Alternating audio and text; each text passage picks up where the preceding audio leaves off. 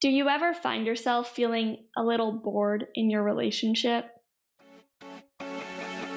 This is Love Smarter, the show for women who want extraordinary love and aren't afraid to learn for it.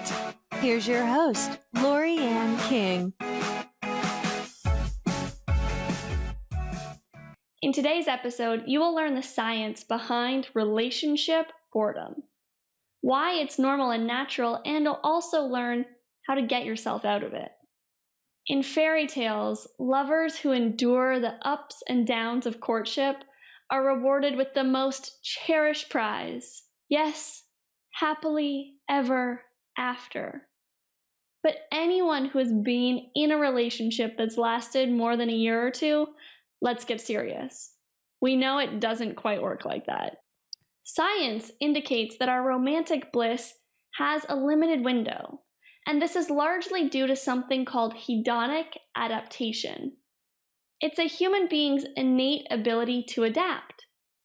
In the simplest sense, hedonic adaptation is when our brain pays less attention to a familiar stimulus. Have you ever noticed that your fifth bite of dessert doesn't taste quite as good as the first one? That's hedonic adaptation. Now, obviously, you don't stop eating it. You're just used to the taste by then. More than 100 studies have shown that humans are prone to hedonic adaptation for major life events too. Whether you get a raise, win the lottery, get fired, or get married, over time, you will return to the same baseline level of happiness you experienced before that major event. Put simply, people get over bad things and they get used to good things. Now, unfortunately, we do adapt more quickly to positive events than we do to negative ones. For the sake of survival, that's just how we are wired. Once something is safe and familiar to us, it gets less attention from us. This is a valuable evolutionary adaptation. Familiar and safe things fade into the background so that our attention can be drawn to any signal of danger that we need to pay attention to. Without this adaptation, you wouldn't be here. Your ancestors would have died off fat, happy, and eaten a long time ago. Hedonic adaptation prevents complacency. Without it, human beings would never have had the desire to create, invent, or innovate the beautiful ways and things that make us uniquely human. But it also indicates that we will take positive experiences for granted. So what does this mean for our love lives?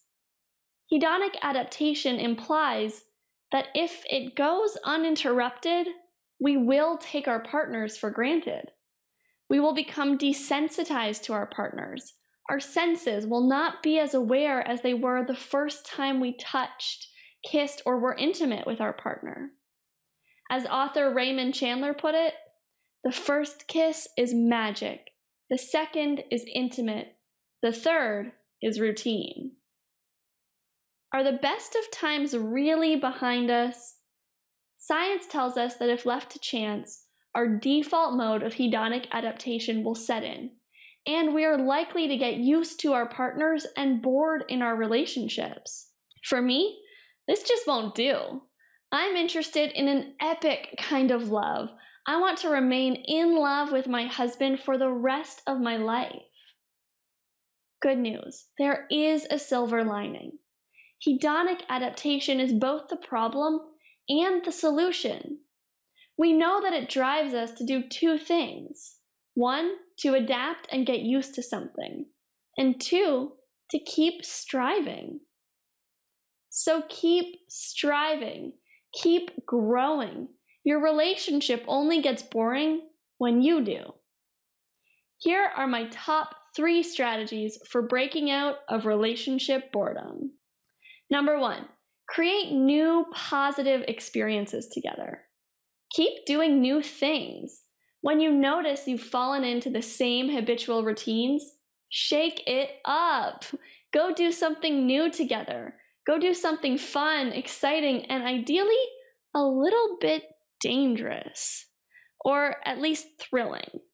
This will literally heighten your senses while you are together. Studies have shown that we develop strong bonds with people that we do exciting activities with, activities that release adrenaline, dopamine, and oxytocin in our brain. A favorite professor of mine once said, "If you're bored, you're probably boring. Stop being boring. Go and do something crazy and new together." Number 2, use your relationship as a growth tool.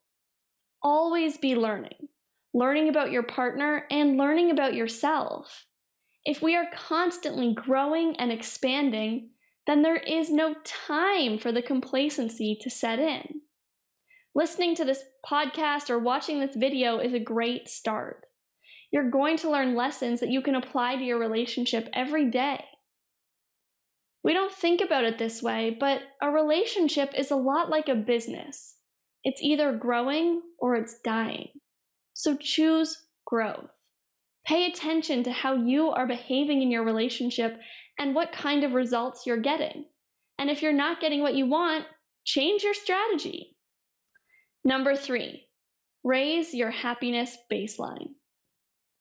Studies have shown that over time, several well-being activities increase your baseline level of happiness.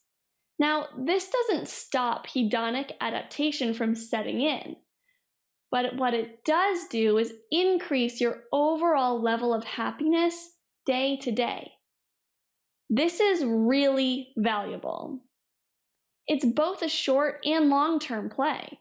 It's short-term because these activities both feel good in the moment and enhance our overall health.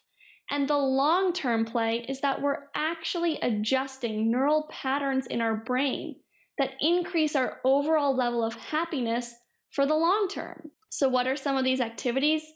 Meditation, exercise, and clean eating are a really great start.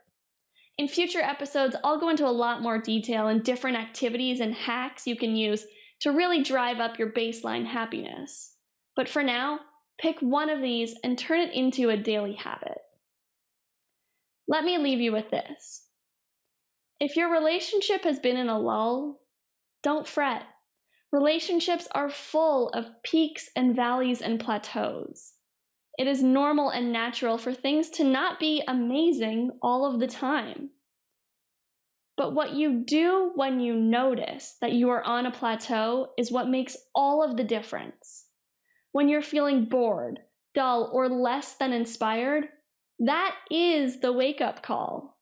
That is the adaptation. It is the sign letting you know that you have stopped paying attention for a little while.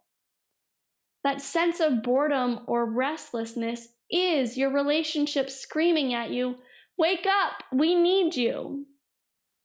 This is your wake-up call. Answer it. Hey, did you like this episode? Then you will love my upcoming live online class. You'll leave with insights that improve your love life immediately. Plus, you'll have the chance to ask me anything. This class is completely free and it always fills up quickly. So head on over to laking.tv/free class to register right now. See you in class.